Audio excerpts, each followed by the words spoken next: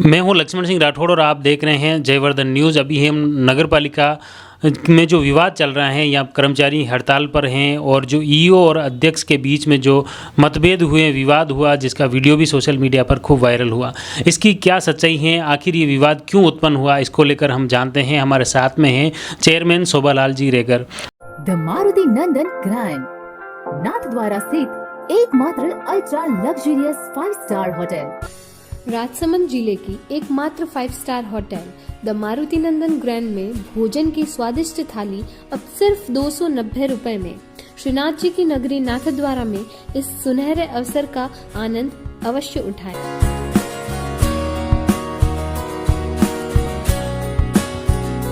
Maruti Nandan grand, think Nathdwara, think नंदन grand. Chairman साहब, सबसे पहले ये बताएं कि ये जो विवाद उत्पन्न हुआ, वो सोशल मीडिया पे वीडियो वायरल हुआ, वो क्या था और क्यों? ये विवाद मेरे निर्वाचन के समय से ही प्रारंभ हुआ।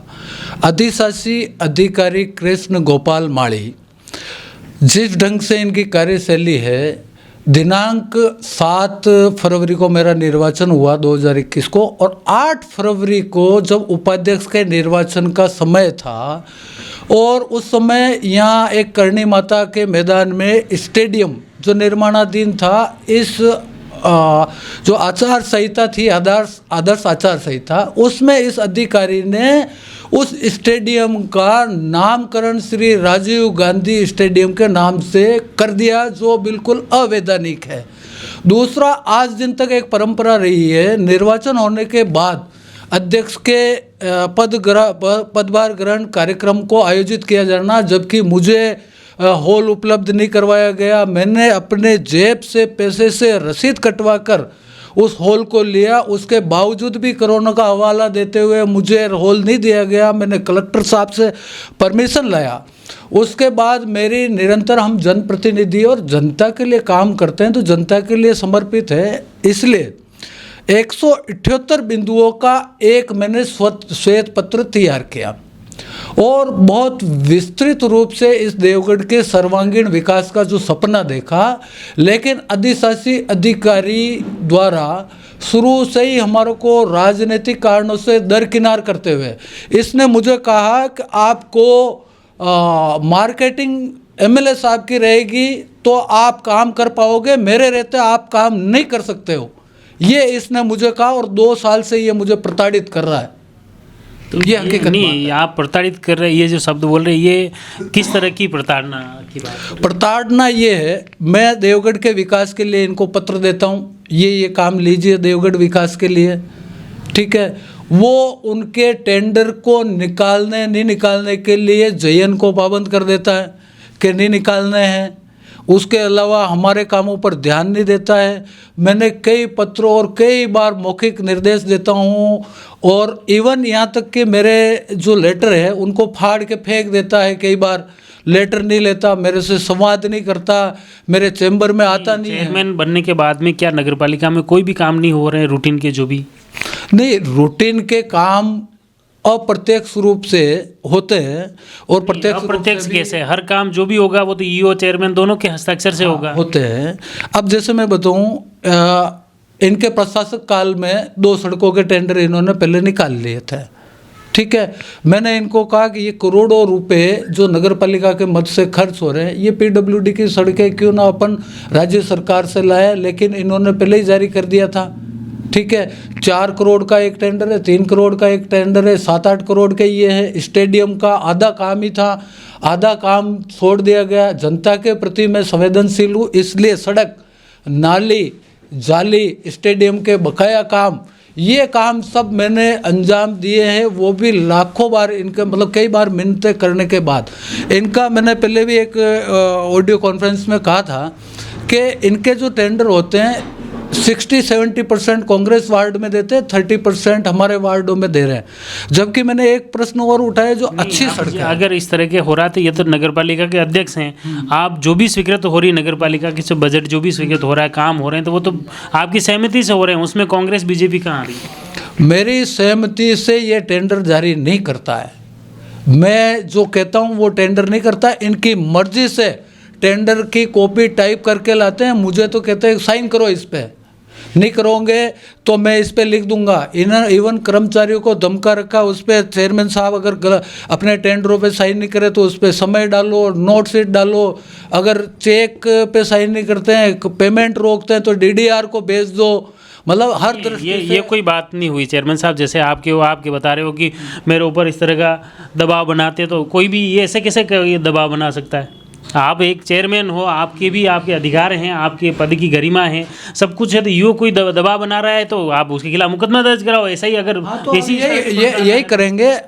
मैं क्या कह रहा हूँ आपको, हर जगह, जबकि मेरे पास सबके दस्तावेज है, मेरे पास जो मैंने लेटर दिए वो लेटर है। तो इस तरह का मेन दबाव बनाने की जो बात है, इसको लेकर आपने कोई कार्रवाई की अब तक? जैसे आपको व्यक्तिगत दबाव बनाया हो, शासन प्रशासन में शिकायत की हो, कलेक्टर को शिकायत की हो, पुलिस को, शासन प्रशासन को पत्र दिए हैं।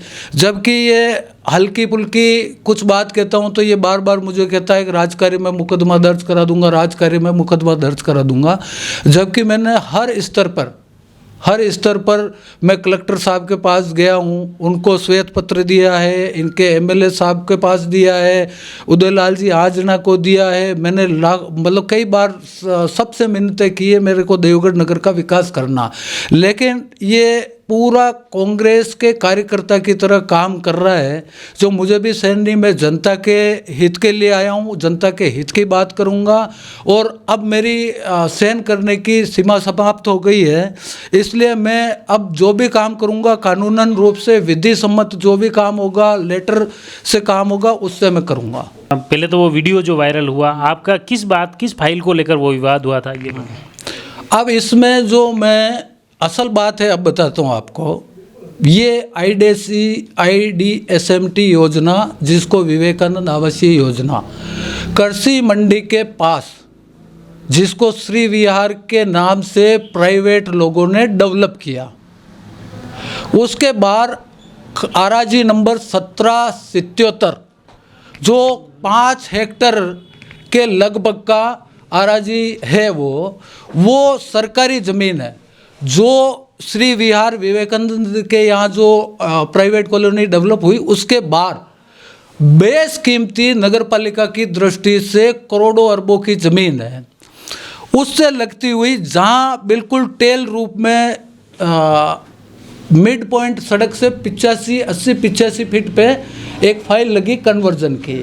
तो प्रार्थी ने 2019 में फाइल लगाई, लेकिन उसकी सुस्पष्ट राय टाउन प्लानर से आ गई, फिर भी उसको परेशान किया जाता था। अब हम जनप्रतिनिधि जनता के काम करेंगे, हमारे पास आता था तो मैं कहता था कि यार इसको कर दो, लेकिन उस फाइल को इन्होंने नहीं की। उसका एक स्पष्ट कारण है, उसके पास में इन्होंने कांग्रेस कार्यालय बना। राजस्थान नगर नियोजक है, उसने उस रोड नेटवर्क को सिर्फ एक रोड दी, सिर्फ एक रोड, जबकि इन्होंने कांग्रेस कार्यालय के पास 6500 स्क्वायर फीट ज़मीन को रोड नेटवर्क दर्शाते हुए करोड़ों की ज़मीन इस अधिशासी अधिकारी ने बर्बाद कर दी। मुझे ये ब्लैकमेल किया गया कि इस रोड नेटवर्क को आप साइन करके इसको अप्रूव करो तो ये फाइल मैं करूँगा, बाकी नहीं करूँगा। और इतना बड़ा ब्लैकमेल मैं नहीं झेल पाऊँगा और नहीं झेल सकता हूँ, ये असल बात ये है। और उसी तरह करोड़ों रुपए की ज़मीन पे ये अतिक्रमण करवा रहा है। जैसे कर्मचारी जो हड़ताल पे हैं, उनके साथ भी, कर्मचारियों के साथ भी अभद्र भाषा का प्रयोग किया? मैंने कोई अभद्र भाषा का प्रयोग नहीं किया है, लेकिन मैं अपने नागरिकों को हितों के लिए कोई बात कहता हूं तो वो अपने लिए बात नहीं कह रहा हूं। और उल्टा मुझे 2 साल से लगातार प्रताड़ित किया जा रहा था, और नोक जोक क्या हम कभी बोलते हैं तो उसका प्रति उत्तर हमें किस ढंग से मिलता हम जानते हैं।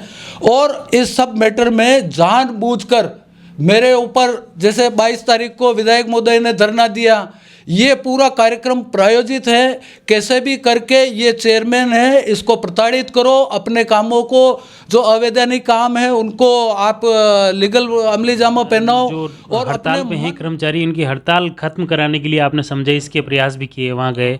उसके बाद कर्मचारी जो बता रहे हैं कि चेयरमैन साहब ने हमें समझाइश की तो हम उन हड़ताल खत्म करने पर भी तैयार हो गए, लेकिन कुछ ही देर बाद में चेयरमैन साहब ने उनके एक कर्मचारी को नोटिस दिया। और ये क्या पूरा मैं बताऊं, जो हड़ताल है वो एक तरह से वैधानिक नहीं है, क्योंकि हड़ताल में जो औद्योगिक विवाद अधिनियम लागू होता है उसमें 14 दिन का नोटिस देना पड़ता है कि हम हड़ताल पे जाएंगे। उसके अलावा जो कर्मचारी हड़ताल पे जाएंगे उनका संगठन रजिस्टर्ड होना चाहिए। इस तरह का इन्होंने कोई वैधानिक कागज दस्तावेज कुछ नहीं किया और डायरेक्ट ईओ के कहने पर, भड़काने पर तुरंत उसी दिन हड़ताल पे बैठ गए। हमारी जो समितियां बनी, उन्होंने समितियां नहीं बनवाने के चक्कर में मेरी बोर्ड बैठक एक भी नहीं होने दी। मैंने कलेक्टर साहब तक से रिक्वेस्ट किया कि मेरी बोर्ड बैठक कराओ। इतना बोर्ड बैठक को भी, जैसे आपने जो पिछली बोर्ड बैठक हुई शायद 1 अक्टूबर को हुई, उसमें आपने स्थगित कर दी और आप बैठक से चले गए थे, तो उसके बाद बैठक क्यों नहीं हुई? क्या उस स्थगन के बाद ईओ बुलाता है बैठक या चेयरमैन? मैं जब बैठक बुलाता उसके बाद मैंने 2 बैठकें बुलाई तो कांग्रेस वाले कहते हैं कि इसका अधिकार नहीं है, चेयरमैन का अधिकार नहीं है, ईओ ही कर सकता। मतलब यहाँ खेल दूसरा हो रहा। मैं बैठक बुलाता हूँ तो उसकी अवहेलना कर देते हैं, और मेरे साइन के बिना ईओ बुलाते हैं उसको वैलिड कर देते हैं। जबकि मेरा एजेंडा था 1 अक्टूबर 2021 को 16 बिंदुओं का जो देवगढ़ नगर विकास को समर्पित था, लेकिन सारे बिंदुओं को काट के 3 बिंदुओं पर बाद वापस नई बैठक को मैंने नई बैठक को लेकर, उसके बाद भी मैंने 2 बैठकें बुलाई, लेकिन उसको कांग्रेस ने, विपक्षी प्रतीक ने उसको अवैध करार दिया कि आप नहीं बुला सकते। जब ईओ नहीं बुलाएगा, मैं बुला नहीं सकता हूँ तो क्या करूँ मैं? मतलब मेरे को एम्पावर्ड कमेटी की बैठक उसके वो तो रेगुलर हो रही है, और मैंने जितना हुई अभी नहीं वो हो रही, वो झूठ है। हमारी एम्पावर्ड की बैठकें हो रही है, उसके द्वारा पट्टे जारी हो रहे स्टेट ग्रांट के 69A के, और उसमें कोई दिक्कत नहीं है। एम्पावर्ड तो राज्य सरकार का कार्यक्रम है, उसमें बैठकें निरंतर हो रही है और पट्टे रोके नहीं जा रहे। अभी लास्ट अंतिम जो सवाल है मेरा कि जैसे ये कर्मचारियों की जो हड़ताल है, इसको लेकर आप अंत में क्या प्रयास कर रहे हैं? क्या हड़ताल ख़त्म होगी, या आपने जैसे नोटिस भी दिया है तो इसमें क्या? मैंने अभी अधिशासी अधिकारी जी को एक पत्र लिखा है और उनको कहा है कि आप अपनी सेवाएं यहाँ दें, और जो कर्मचारी अवैधानिक हड़ताल पे बैठे हैं उनको, कार्मिकों को काम पे लौटाएं। अन्यथा जो सफाई व्यवस्था उनकी एक सेवा प्रदाता कंपनी से अगर नहीं लौटते तो उनको दूसरी व्यवस्था करें।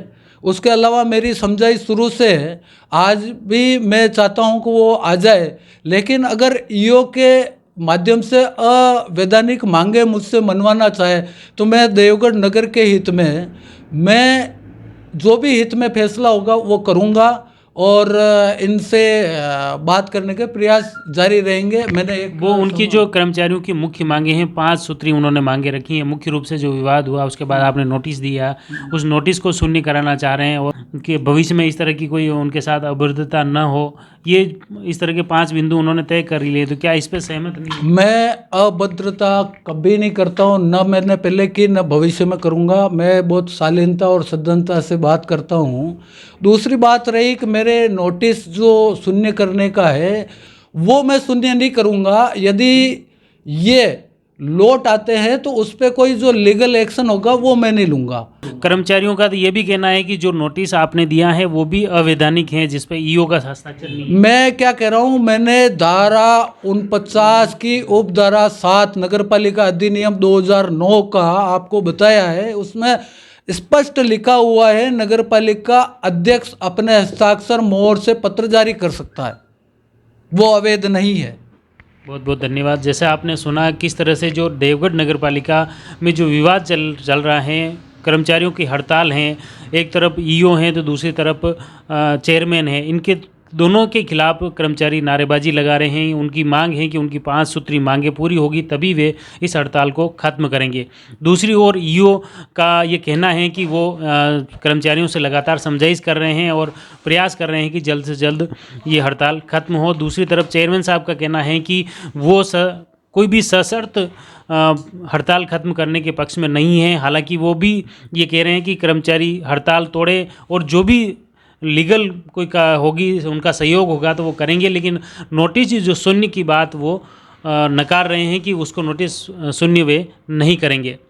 अब ये तो आने वाला वक्त ही बताएगा कि क्या इनकी सहमति बन पाती हैं, कर्मचारी हड़ताल से उतरेंगे, शहर की सफाई और अन्य व्यवस्थाएं सुचारू कब होगी। देखते रहिए जयवर्धन न्यूज़। धन्यवाद।